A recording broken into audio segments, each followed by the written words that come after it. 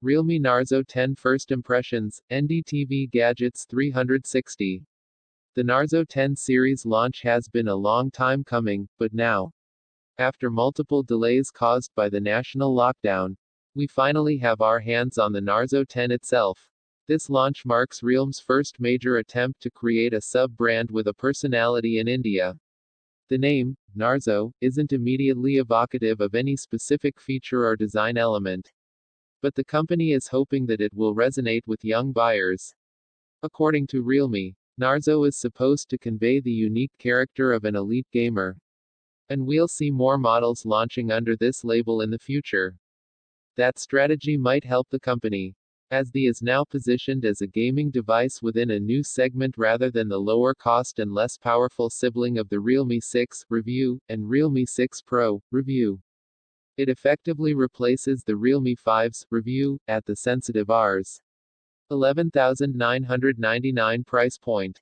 It's also interesting that the company has chosen to launch only a single configuration. There are already too many models and variants in the market, with overlapping feature sets. And we see this as a good thing. As for the device itself, Realme has combined some new elements with some old ones.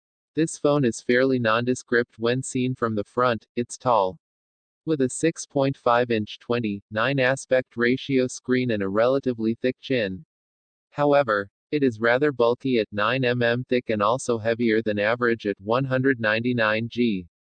The Realme Narzo 10 is available in two colors, the whimsically named that white and that green. Our white unit has a matte silver metal frame while the green version will have a matching finish around the sides. There's a pattern of vertical stripes on the rear which you'll notice tend to shift from side to side as you look at the phone from different angles. This is a relatively sedate look by Realme standards. And while it doesn't scream out for attention, it will be noticed. The design reminds us very much of the onion and garlic finishes of the Realme X Master Edition. And it's credited to the same designer, Naoto Fukasawa. As a very minor complaint, we're underwhelmed to see the same old vertical camera strip on the back of this phone. It's a design that Realme has now used for a huge number of models and it feels tired. We also have a physical fingerprint sensor on the rear, and we found the placement comfortable. The main appeal of this phone though will be its performance. Realme has gone with MediaTek's Helio G80, which was designed to prioritize graphics power for games. There's also 4 GB of RAM, 128 GB of storage, a 5000 mAh battery, and an 18W charger in the box, which is nice to see at this price. There aren't any luxuries, but all basics are covered. You get 2 nano SIM slots plus a micro SD card slot.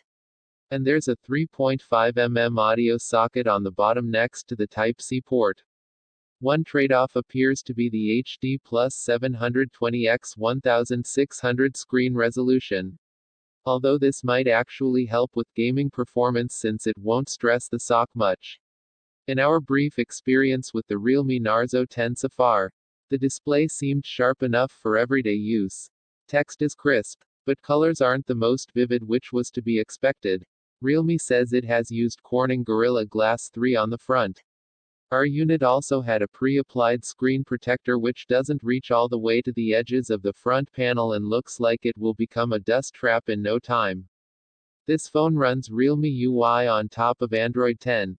It was smooth and responsive, but we did see quite a lot of bloatware on the home screen.